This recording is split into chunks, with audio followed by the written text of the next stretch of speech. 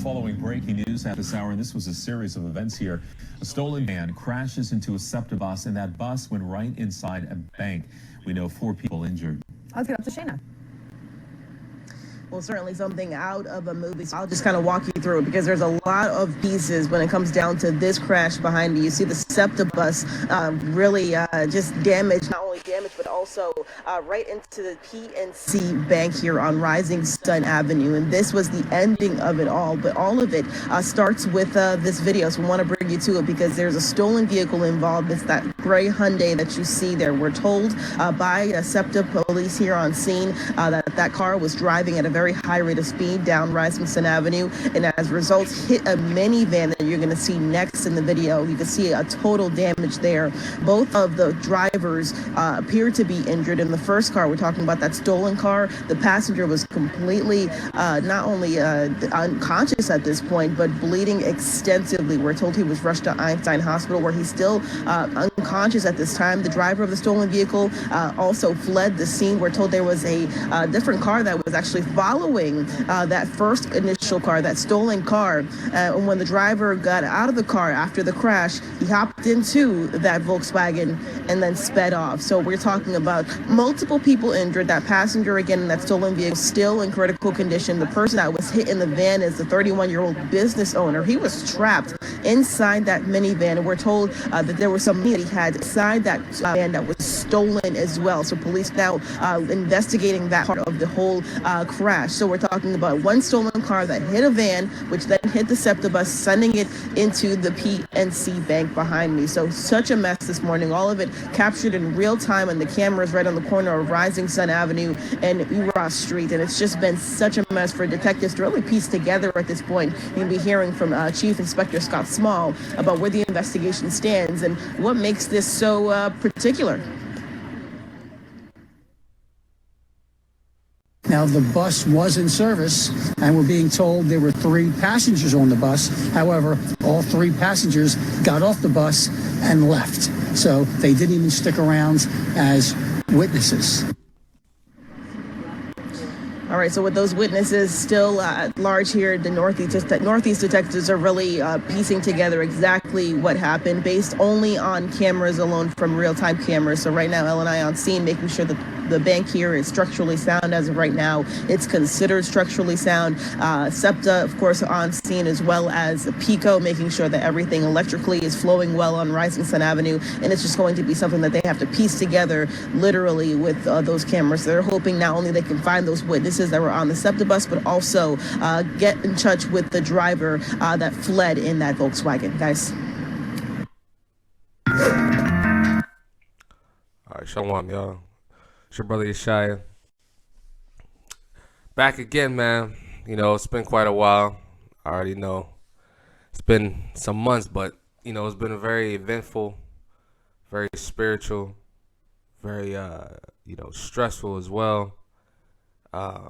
Just a lot of things going on right now within my life, not only my wife as well, my kids, so the congregation, everything, the camp and everything. So we just been very busy as of late. I'm also teaching another class too, so just decided to get on here and talk about some things, man, because we had the same type situation happen to us. So I'm gonna share that with y'all, but I'm gonna open up with a scripture.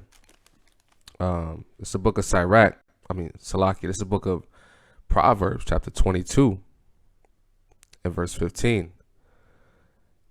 It says, "Foolishness is bound in the heart of a child, but the rod of correction shall drive it far from him."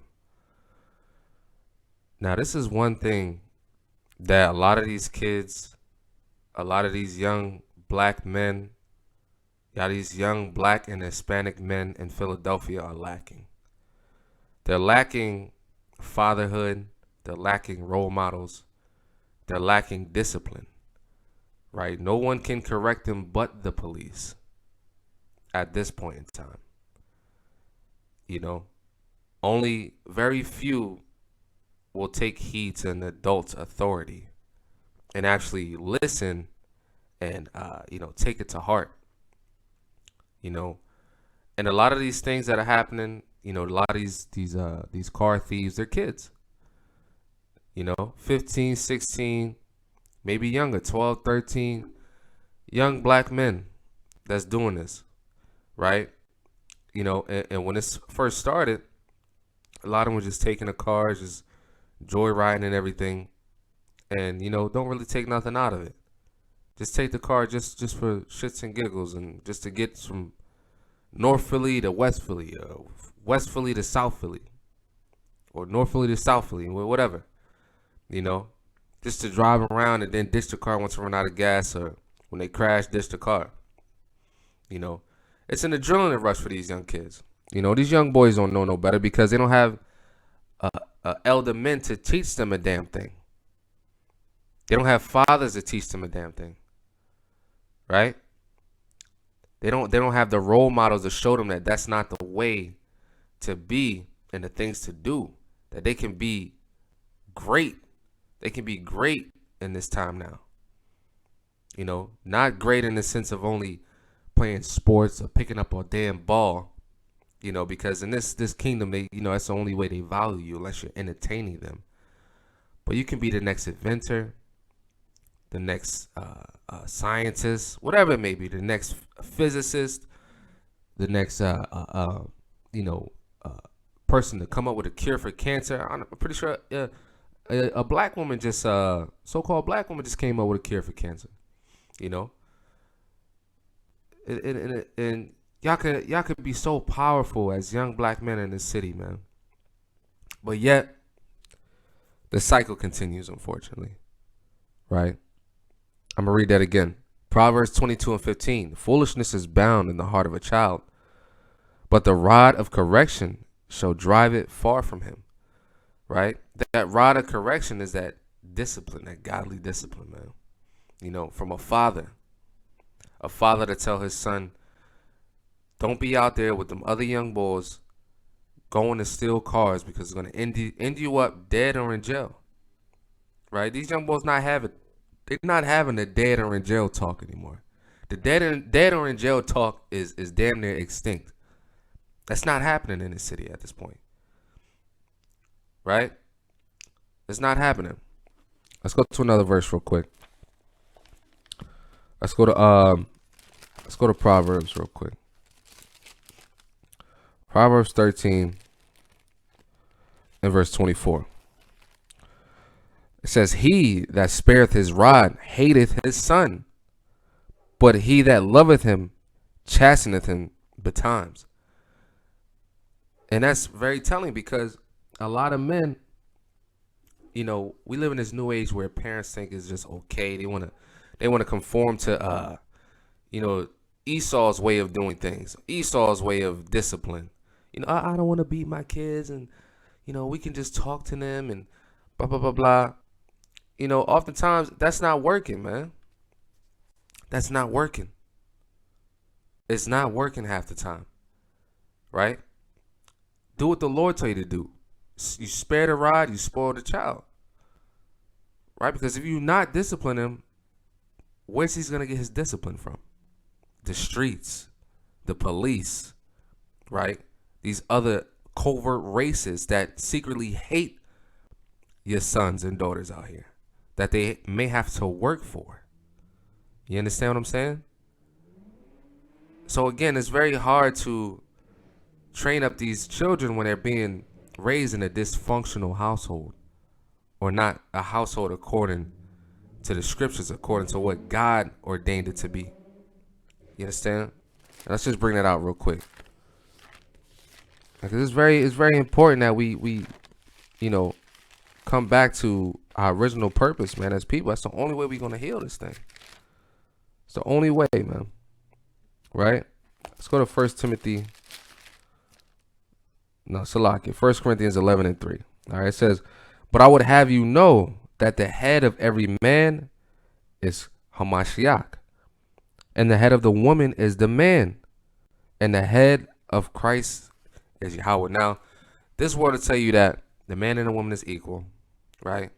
Y'all have equal authority, joint custody, all the other stuff. If you want to get into the specifics of child support, all that stuff, and custody court, right? They want to tell you that, your woman has just as much say in the home as the man does. You understand? But what does the Bible say? It says, "But I will have you know," 1 Corinthians 11:3, "that the head of every man is Christ," or Mashiach, "and the head of the woman is the man." Now, we live in a society where they're trying to turn men into women and women into men. But that's not the topic right now. Right? The topic is having a stable home according to the scriptures. You understand? The man is supposed to be leading the household. Right? I believe there's a statistic out there.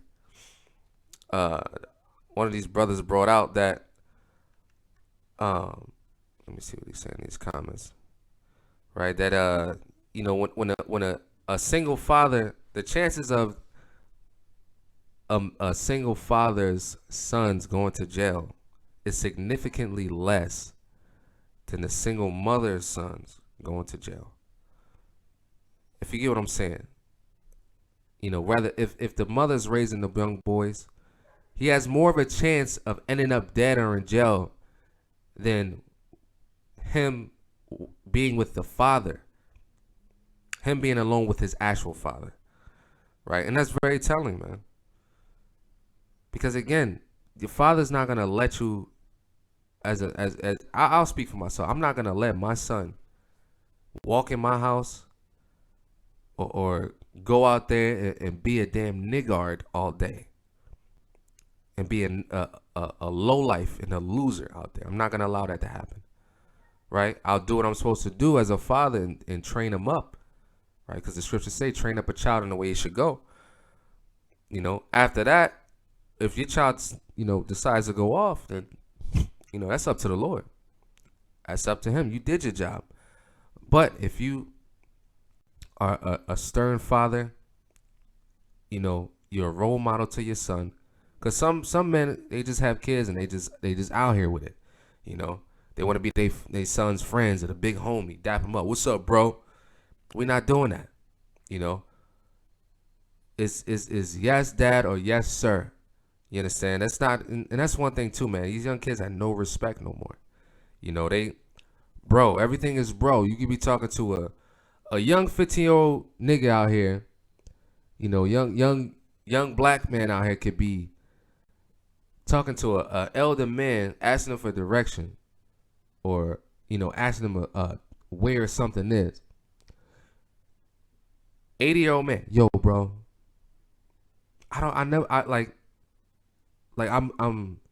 baffled when I hear that. Every time when I hear it and I see it, and these young boys tend to do it to me sometimes because I'm getting older in age. They say, yo, bro, and I'm like, what do you mean, bro? It's sir. Like I'm twice your age. The respect is completely gone in this city from our young men towards our elder black men, because again, it only trickles down. Us not taking care of what we had to take care of, as older men going out here knocking up all these women and just leaving them, 9 times out of 10, they either had a baby or 50-50. They go to the clinic and take care of it. Both is bad. Because if you don't want to be there for your son, he going to turn out to be just another niggard out here stealing cars like these little kids are, right?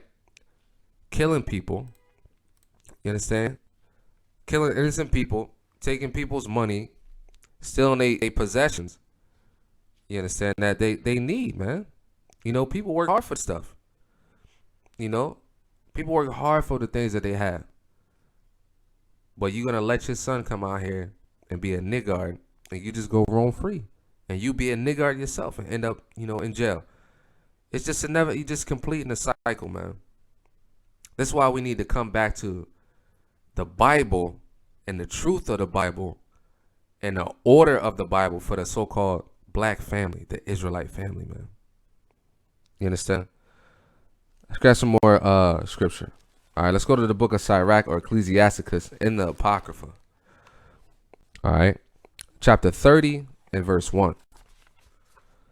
It says, he that loveth his son chasteneth. So like, I'm going to read that again. Forgive me.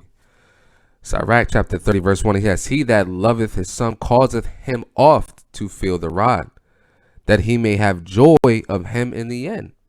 Now you see that? It says you cause him to feel the rod often, because like we just read in Proverbs 22, folly is set in the heart of a child, man. They bound to go out because they don't have no direction yet. You can't just have a baby and just say, go out in the world and figure it out, nigga. No, you can't do that. You have to train up your children to understand the world, understand their purpose, understand who they are in this world, understand how they're viewed in this world. You understand? You have to train up your child, man. You have to discipline them, because if you don't discipline your child in the home, your young black son, the streets is going to discipline him. And the streets can be via the police system or the so-called justice system, right? And they're not going to have no damn mercy, man. They don't give a damn about you. They don't give a damn about your son. You understand? This is why we need this book of the law, man, because this is a book of life for the so-called black man, Hispanic man, and Native American man, woman, and child. It's only going to make us better in these times now as a community for each other. Not no religion. The Bible has nothing to do with religion. It's about a people, an actual people that exists today, which are the blacks, Hispanics, and Native Americans. All right, back to the scriptures. Sirach 30 and verse 2, it says, he that chasteneth his son shall have joy in him, and shall rejoice of him among his acquaintance. Right? Because again, if you chasten your son and you train him up the way he should go, you're gonna have joy in him. Right? You're gonna have joy in him having respect for you as you get older as a man. There's a lot of young brothers out here, even my age, don't give a damn about their father. Don't even have the privilege to even know who their father was, or they do, and they don't even care about him. Yeah, I know where he at. Fuck that nigga. That's what they say. I know plenty of brothers like that, man, and that's sad. I don't give a damn about that nigga, man. I know where he at. He up there, 52nd and whatever. But they have no respect, no honor towards their own father. Right? This is why you have to be in your son's kid's life regardless of what happens, man. Right? Regardless of what happens, you get into a bad relationship, whatever it may be. You have to be in your son's life no matter what. You understand? Because the scriptures say if he that doesn't take care of his own is worse than an infidel. Right? You have to take care of your own, man. All right, let me grab that real quick while I'm here. Right? Let's grab that in 1 Timothy chapter 5, verse 8. It says, but if any provide not for his own, and specially for those of his own house, he hath denied the faith and is worse than an infidel, man. Right? You denying the faith. You say you believe in God, you're a Christian, blah, blah, blah, blah. And if you want to bring up the Muslim card, the damn fucking Arab man, the Arab man card, alhamdulillah, you wanna speak Arab hymns that got nothing to do with your people, right? Being a part of these murderous Muslim gangs out here in Philly, that tells you to recite the Bible. So you can't pull that. It points the Quran points you back to the scriptures for definite understanding, for concrete understanding, right? That's what the Quran does. So if you want to pull that card, it ain't gonna work. You have to take care of your own kids, especially as a young black man in this world, right? Let's go back to the scripture. Sirach chapter 30 And verse 3, it says, he that teaches his son, Salakia. Actually, no, let me read that verse 2 again. It's something I wanted to touch on. It says, he that chastens his son shall have joy in him and shall rejoice of him among his acquaintance.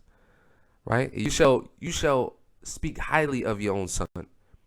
Right? You shall be happy. Yeah, you know, my son doing this, he doing that, he taking care of this, and he in school, and he found a nice wife, and you know, he got a kid. You'll have joy of all your son's milestones that he reaches as he gets older. You'll have joy in that because you took pride in having a son and having some offspring. That's a blessing, man. To have a boy, to have a son, right? I just see it as you worthy to continue your lineage. But again, some people lineage gets taken out, right? Some people, they father died and the kids die. The young men die. That man lineage is over, right? You can have all the daughters you want, but that's not going to continue your lineage, right? That comes through the seed. So that's an honor in itself, right? Now, you have so like it says, and shall rejoice of him among his acquaintance. Right, verse 3, it says, he that teaches his son grieveth the enemy, and before his friends he shall rejoice of him. Right, now before his friends, meaning you know, in the same sense, you know, you'll have joy of your son. And the first part of that verse says, he that teaches his son grieve his enemy. Now if you teach your son the right way he should go, not to be out here stealing cars in the city of Philadelphia and taking people's you know, source of transportation to get to and from work. You know, a lot of these young kids, you know, they taking girls' cars. You know, they take the car with the damn kid in the back seat, a 2-month-old baby in the back seat, and they don't realize it until the baby make a noise or they start crying. You know what I mean? You're going 80 miles an hour down a rural area, blowing stop signs with a damn infant in the back of the car. You know, this shit is wicked, man. Right? We should be teaching our sons not to be doing that. Right? But it says, he that teaches his son grieveth the enemy. You allowing the so-called white man, you're giving the so-called white man reason to kill your son, man. When you don't give a damn about him, or you act like you don't care about him because you don't care about the mother you had him with, you're giving the so-called white man free game on your child. Because again, he's going to do what his peers do, right? It's a song I listen to often. You know, a young brother made in the truth. I'm going to bring his name out real quick, right? I listen to him often. He say he's just a product of his environment. All right, let me see if I can bring it up real quick. And my phone want to act slow. Let's see. His name is Zabled. Right, it says a forgiver, a forgiving heart. I believe this is it. Let me see.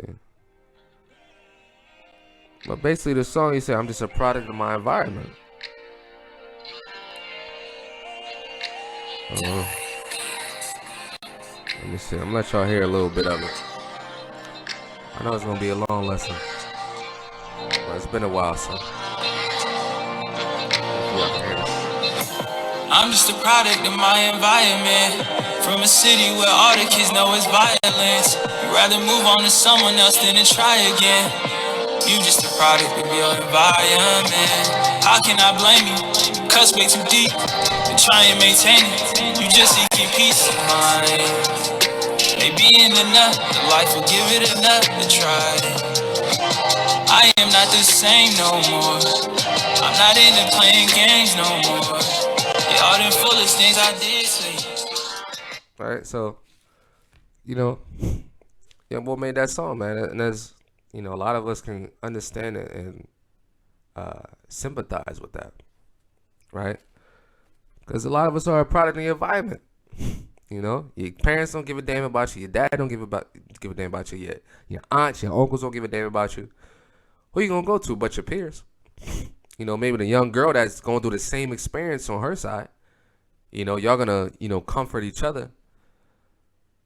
So this is why we need to be in our kids' lives, man. In our young sons' lives, right? Now I meant to grab a scripture up here. Got here. Salakia. Right? I'm gonna read verse 4. Sirach 30 in verse 4 it says, though his father die, yet he is as though he were not dead, for he hath left one behind him that is like himself. Right? Especially if you're an honorable man, you're a respectful man. Okay. You teach your son's gonna turn out to be like you. Right? And oftentimes, a lot of us has heard, if we grew up or been raised by a single mother, we've heard this sentence I'm about to say, and it's very popular. You just like your damn father. You look, yeah, just like your damn father. I've heard that before. You just like your dad. Even till recently. Some of our women be very bitter to the day they die, man, about a man that they had a child with. And we hear that very often. And the women don't know how that made us feel, really. Because what we do, we just sit there, look at her, shrug the shoulders, just had a dumb look on our face. I mean, that's my dad. What the hell do you expect? We're going to turn out to be like him regardless. Right? That's my father. I'm his seed. Right? I am him. You understand? I'm going to read this precept real quick.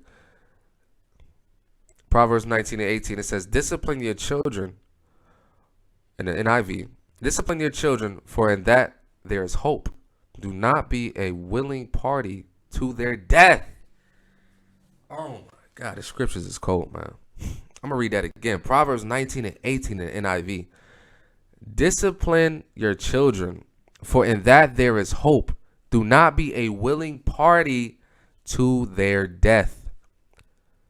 You understand that? The NLT, let's read the NLT. It says, discipline your children while there is hope. Otherwise, you will ruin their lives. This is ruining your child's life. When your son and daughter, you see them on the news stealing cars, you're ruining your son and your daughter's life, man. That's what you're doing. Right? That's what you're doing. You ruined your son and daughter's life because your son and your daughter's out here.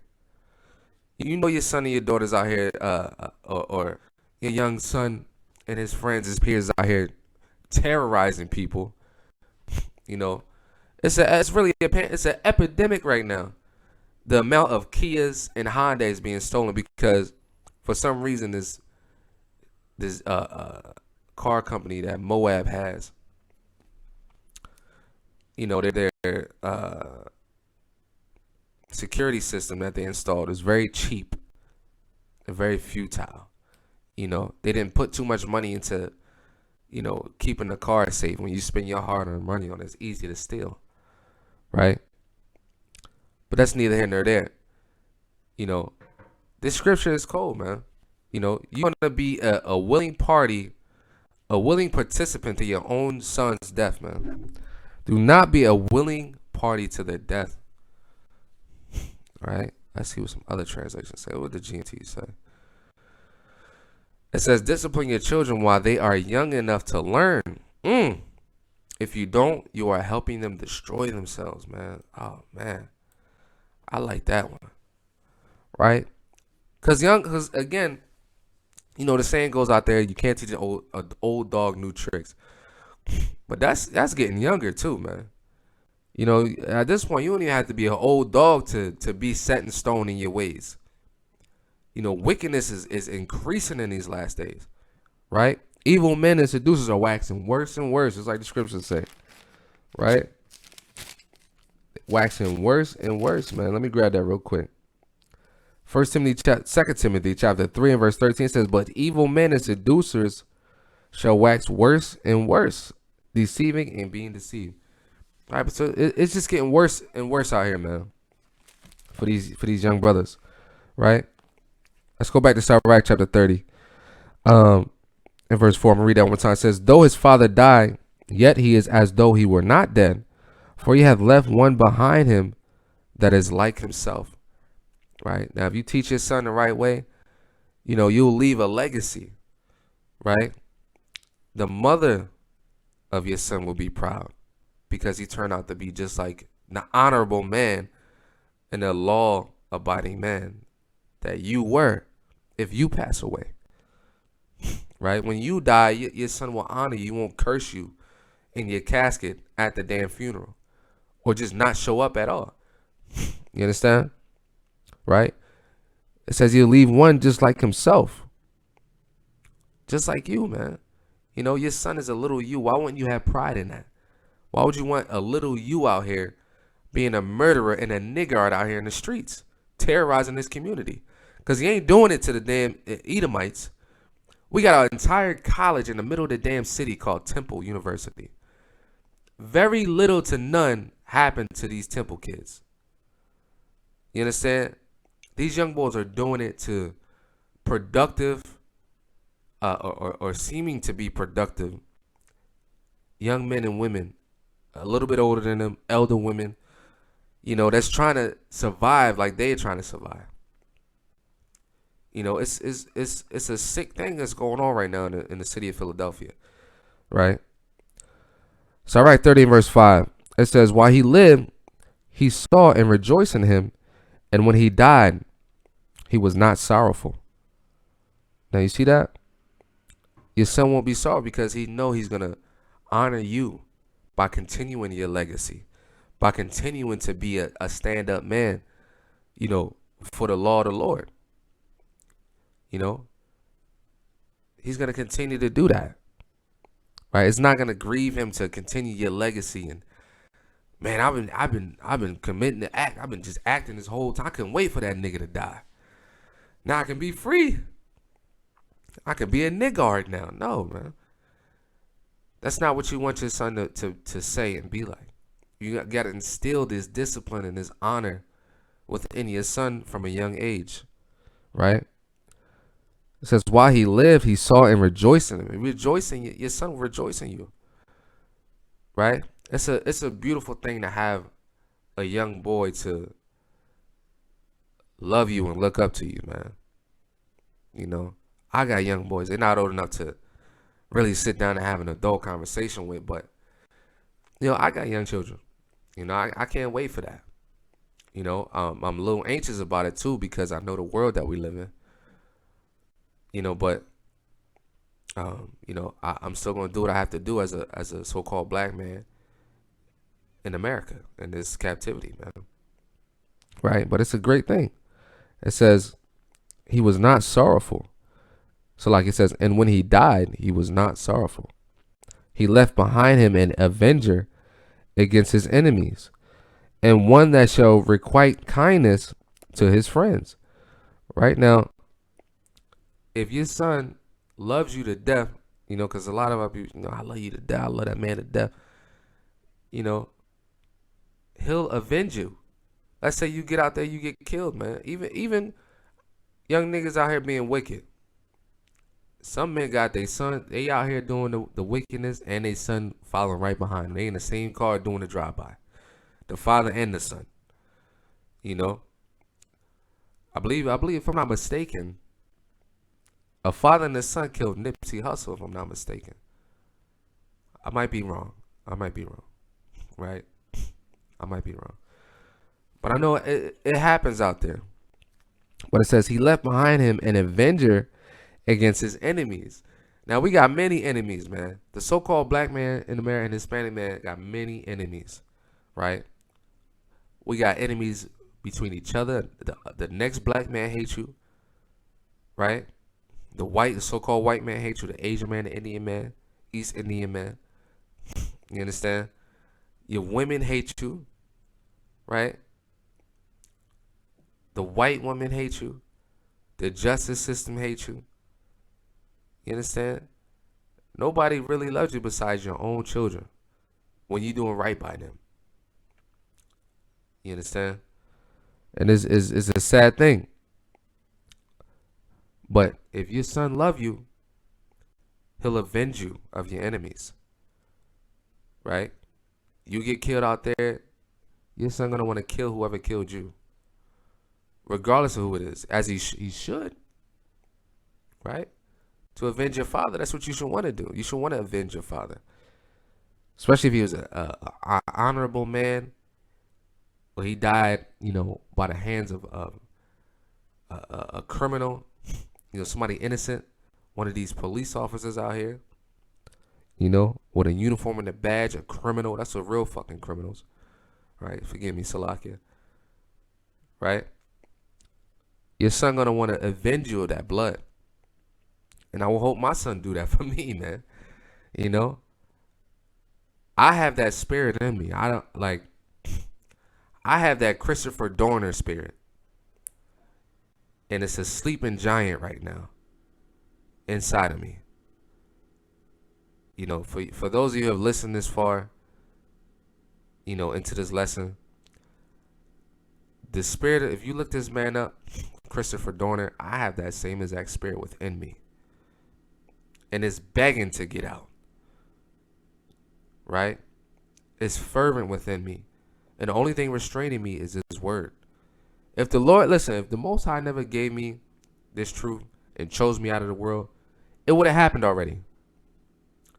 I would have been the next Christopher Dorner. I promise you, I lie to you not. But yet I'm here. I'm teaching the scriptures. I'm trying to edify the sheep and feed the sheep. And teach y'all how to raise your kids.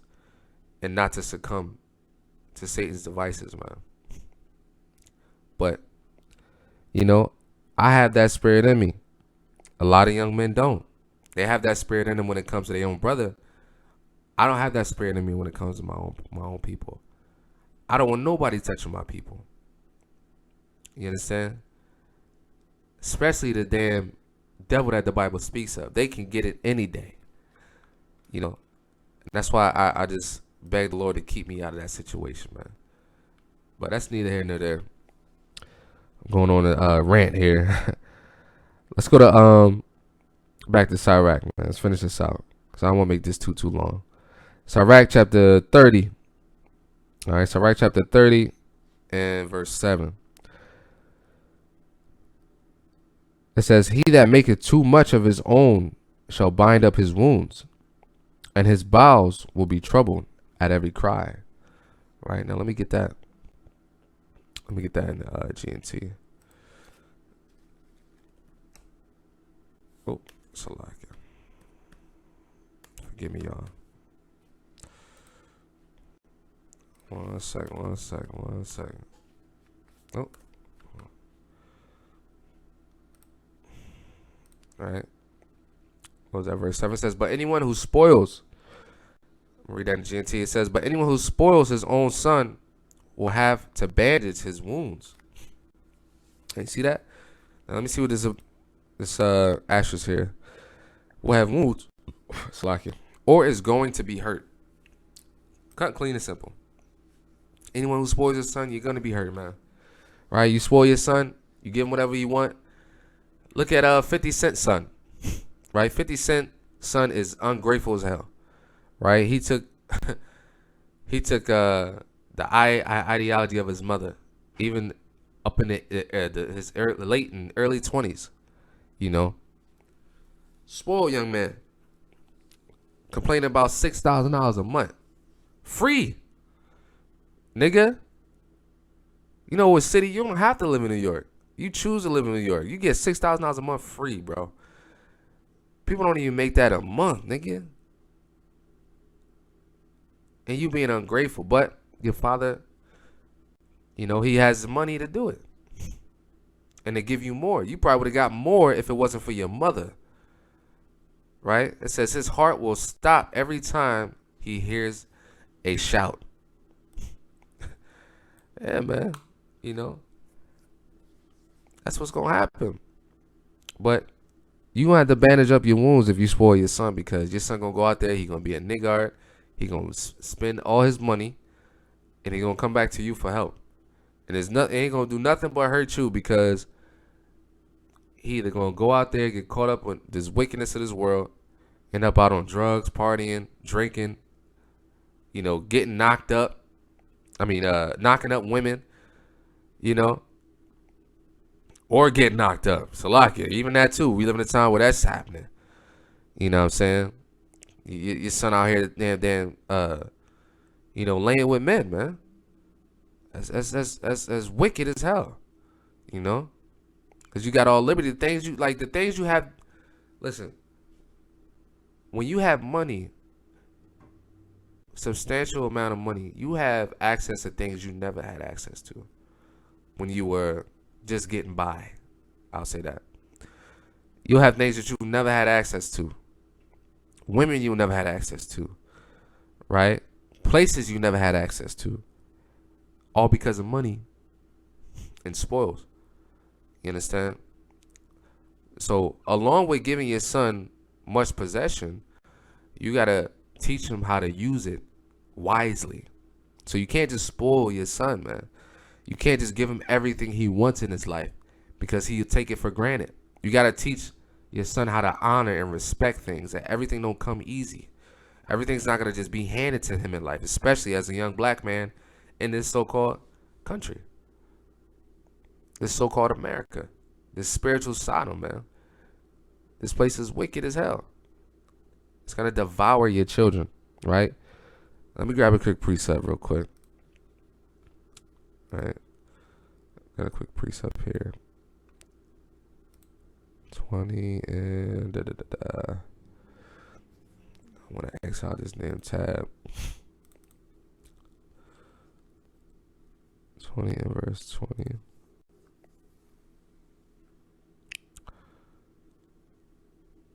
Now watch this. I'm going to bring this out on the previous verse. Proverbs 20:20 says, if someone curses their father or mother, their lamp will be snuffed out in pitch darkness. Right, snuff. And we use that word in another context, but I don't know, that's just a Philly thing, but that used to be a word that we use. Right? Snuff. I'm going to snuff that nigga. Right? It says their lamp will be snuffed out, meaning your son going to die. Right? Because that's when we go back to the law, when we go back to Exodus, that's the, wow, Bible open right up to it, man. All praise. That's the spirit. All right? When we go back to the law in Exodus 20, let's read verse 12. It says, honor thy father and thy mother, that thy days may be long upon the land which the Lord thy God giveth thee.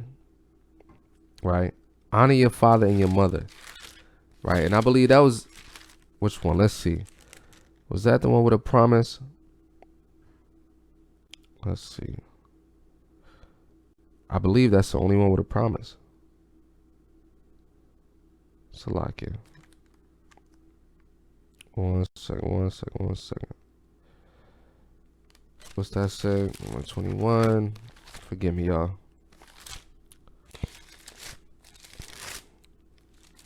All right. Yeah. Okay.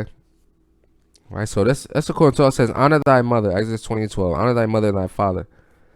Honor thy father and thy mother, that thy days may be long upon the land which the Lord thy God giveth thee. Right? That's you breaking the law. If you don't honor your mother and your father, you cursing your mother and your father, it's over for you, man. You gonna be snuffed out. As the scriptures say right here. Extinguished. His lamp will be extinguished. The Berean Standard Bible says, whoever curses his father or mother, his lamp will be extinguished in deep darkness, man. Right? Your lamp gonna be extinguished, man. Let's grab that Matthew 15 right here. Right, because precepts coming out.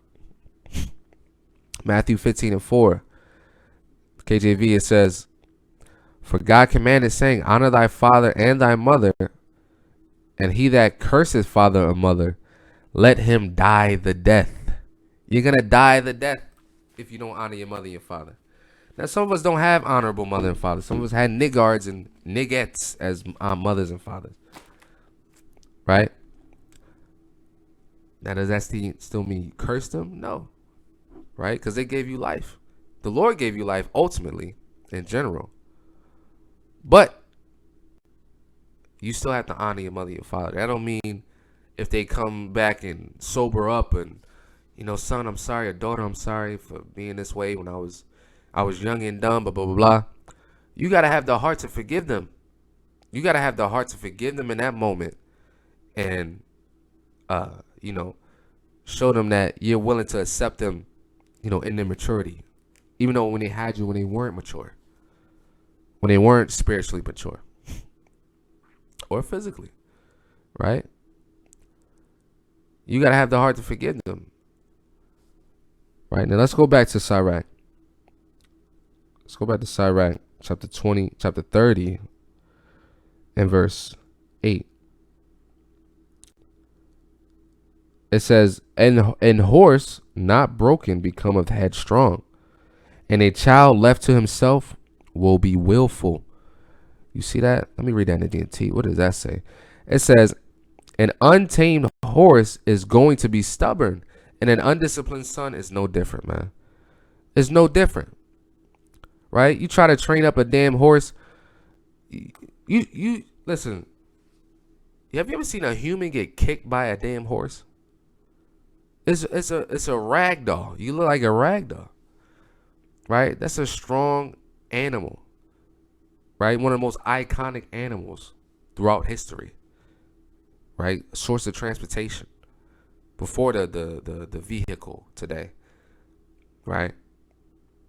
If you try to discipline an untamed, you try to discipline a wild equestrian, it ain't gonna be no way. You're gonna need a machine to discipline that. You're gonna need a damn bio robot suit to tame that damn animal. Can't no physical man tame, hand-to-hand combat with a damn horse, right?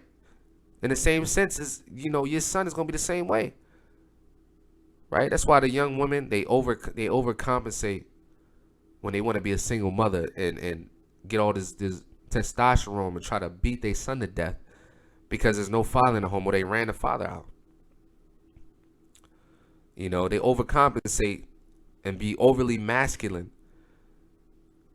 still destroying the son or the daughter. You understand? So in the same sense, that can be an untamed. It's like an untamed horse when you don't discipline your child, right? That's heavy, man.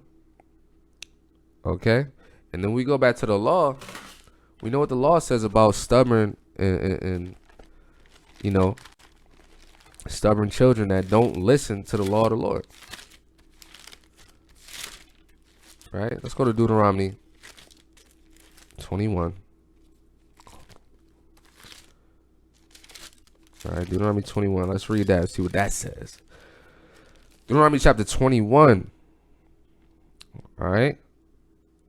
Verse 18. It says, if a man have a stubborn and rebellious son, which will not obey the voice of his father or the voice of his mother, and that when they have chastened him, meaning discipline him, try to, raise him and tell him the way to go in life, will not hearken unto them.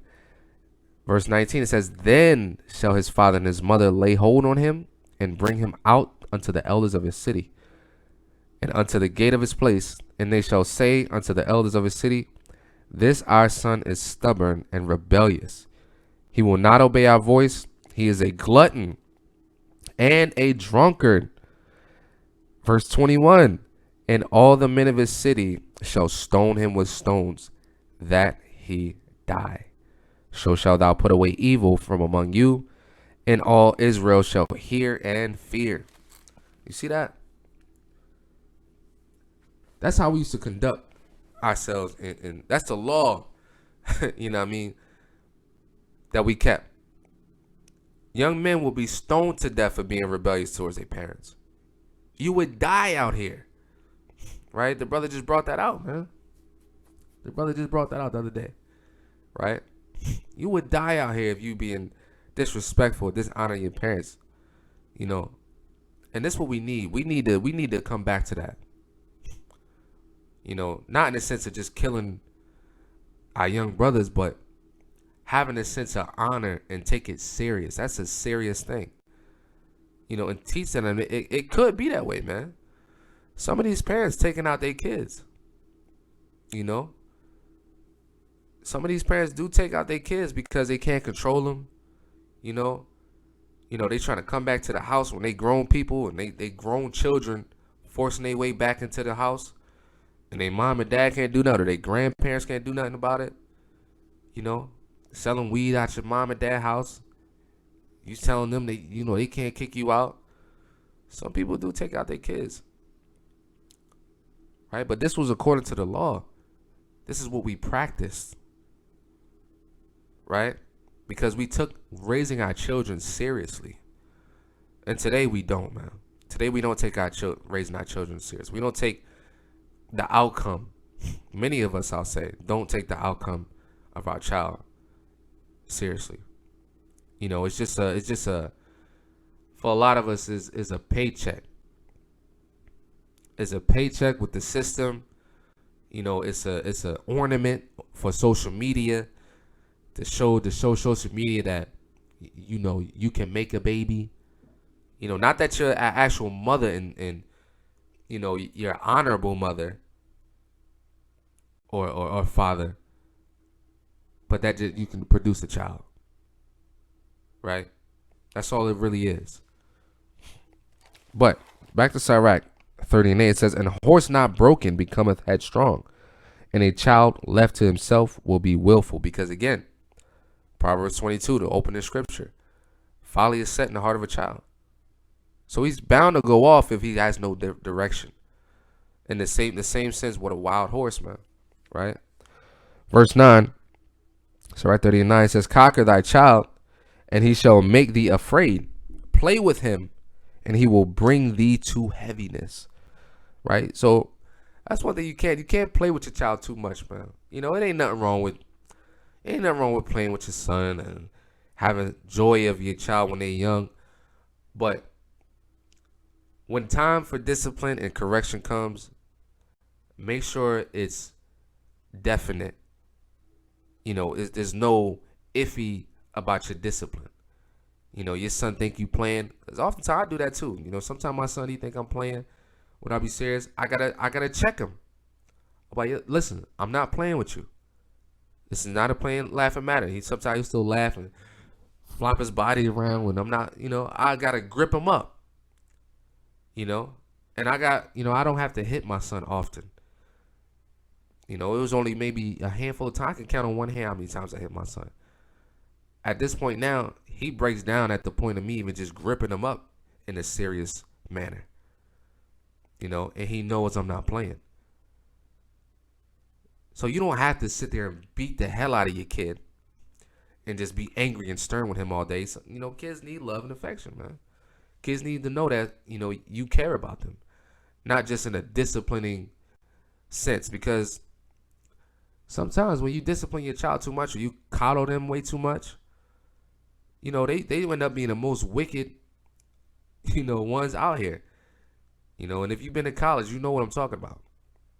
A lot of these young girls, they've been the most coddled and, you know, they can't go anywhere. Curfew at 17, curfew at 18, 19 until they go to college. They going all out. And when I say all out, I mean all out. Everything gonna be out. You understand what I'm saying?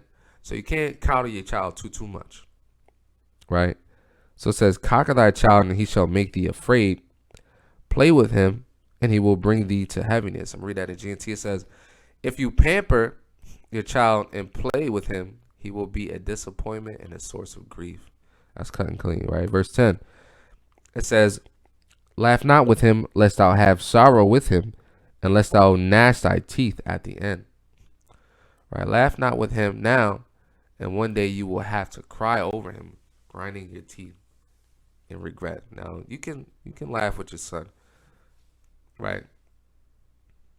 You can laugh and, you know, have a good time, but not to the extremity where you're just a stern person and you just don't have no sense of joy around your son. Just always angry, you know. A lot of young men tend to resent men like that. You know, my father was always angry to speak. They don't speak highly of you when you die, man. When you pass away, niggas like that, you don't get spoken highly of from your child. Little do you know, because you're dead. right? You don't want to be overly, just unnecessarily stern. You just don't smile. Your son come home, you grilling him. Sit down, do your homework. When you get done, you eat dinner, and then it's time to go to bed. No games. Every single day? You tell me you're doing that every day. Right? That's where you gotta use discernment, man. Right? Use discernment. Be you. Be who you are. Right? Have joy in your son. Right? But in a sense, you don't want to laugh at him too much. Don't be his friend. Right? There's too many son to son, father to son friendly relationship, daughter to mother friendly relationship. We friends, we hanging out, we going out together. You see that relationship crumble oftentimes once they get older. And the lack of respect the daughter has for the mother, and vice versa, with the father and the son. Right? Verse 11, it says, "Give him no liberty in his youth, and wink not at his follies." Right? GNT, it says, don't give him freedom while he is young, and don't overlook what he does wrong. Right? And that's right. You give a young man freedom, what he gonna go do? Just like that horse. He gonna go buck and do whatever the hell he want in the world. Right?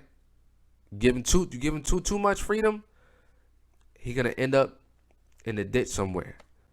He gonna want to be cool with the coolest kids. He gonna hang out with the prettiest girls. Somebody might set him up. Especially if you don't teach him, the truth of this world and how wicked it can be out here. You just give them freedom. He gonna get stuck up out here. Right? Especially if you overlook what he does. If you do something wrong, you gotta correct that thing. You gotta correct your kid. You catch a kid out here with the young boys that's doing all the folly out here. You pull up to the school, you may have to grip him up. What you doing around these young? Didn't I tell you don't be, get your ass out. You know what I mean? Especially if your son honors you and respects you. He's going to be fearful. Once he see that car pulling around the corner, his heart is going to drop to his butt, man. His stomach going to drop. Right? He's going to be damn near shit his pants when he see you. Because he knows the type of man you are. And he respects that. It's not like he's going to see you and, man, here come this nigga. Man, it's some kids that's like that. Man, here come my dad, man. Come on, y'all, let's go, y'all. And you calling you. His dad calling you. Yo, hear me calling you, boy? Man, I'm out with my friends, man. Leave me alone. Right? Some situations that's like that. And that's a sad thing.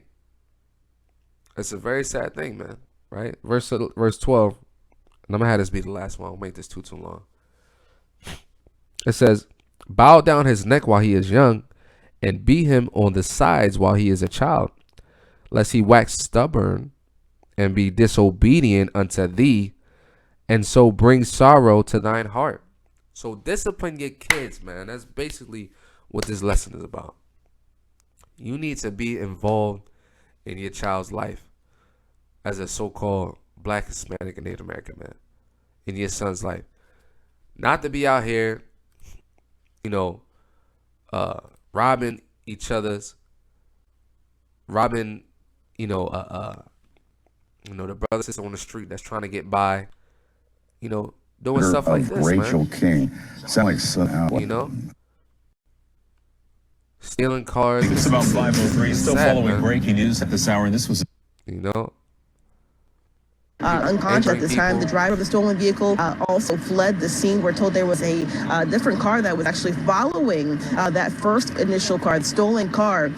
When the driver got out of the car after the crash, he hopped into that Volkswagen and then sped off. So we're talking about multiple people injured. That passenger, again, in that stolen vehicle, still in critical condition. The person that was hit in the van is the 31-year-old business owner. He was trapped inside that minivan, and we're told that there was some money that he had had inside that van that was stolen as well. So police now investigating that part of the whole crash. So we're talking about one stolen car that hit a van, which then hit the SEPTA bus, sending it into the PNC Bank behind me. So such a mess this morning. All of it captured in real time on the cameras right on the corner of Rising Sun Avenue and Uras Street. And it's just been such a ridiculous drill.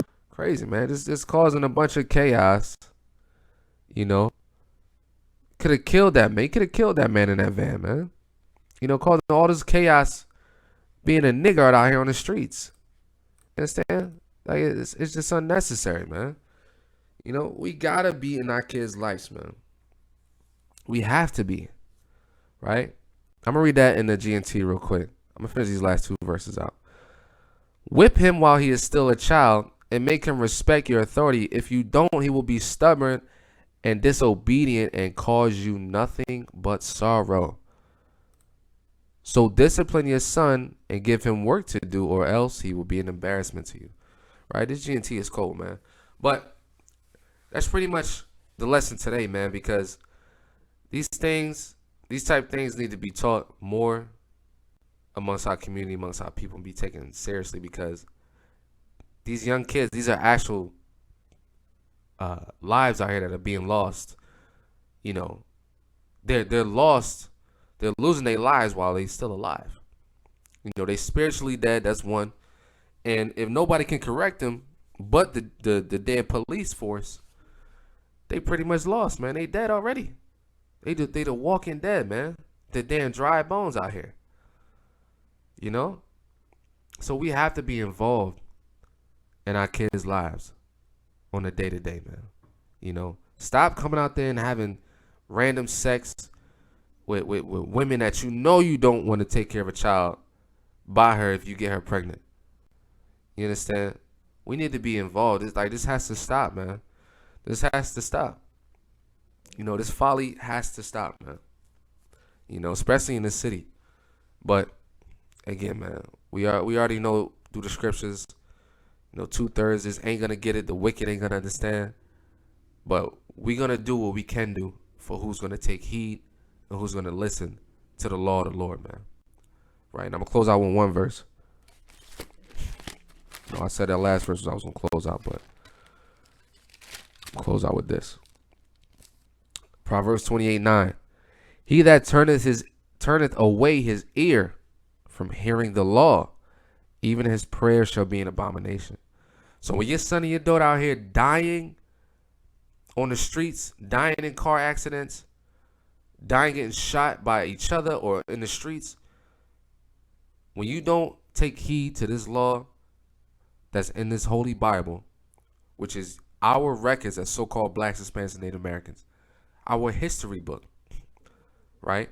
The book that the Lord has given to us, right, for a commandment and for a law, this book of life, right? If you don't take heed to that, your prayer is an abomination, right? Because a lot of people have a zeal of God not according to knowledge, right? Pursuing the book of Romans. But they, you know, you want to pray. A lot of our people love to pray and throw up the prayers and, oh God, and all this stuff and give all this praise. But, you know, if you don't take heed to this law, like how could this not benefit us as a people? Right? The Hebrew Israelites out there on the street teaching you this, you know, how could this not be a benefit? Right? But our people will turn their ear. They don't want to hear that. You know, we racist. We this, we that. You know, we don't love all people. You know, how could I hate the white man? You understand? All this folly, man. Right? How can this not benefit us as a people? Taking the life of our child that we bring into this world seriously. How can it not, man? That's all I got to say today. But with that, you know, this is a quick lesson for y'all. You know what I mean? I hope y'all took heed. I hope y'all learned something. And, you know, be in your kids' lives, man. You know, these young boys out here in Philly is tearing ish up, man. I don't want to use too much profanity, but they tearing it up, man. Look at this. You know, hit the bus. I mean, look at that car, man. That car is demolished, man. And somebody made it out of that. You know, hit a businessman, taking care of business. You know, took the money out of there too. Like, come on, man. Sad, man. But, you know, that's the lesson, y'all. It's your brother Yeshaya, and I'm out.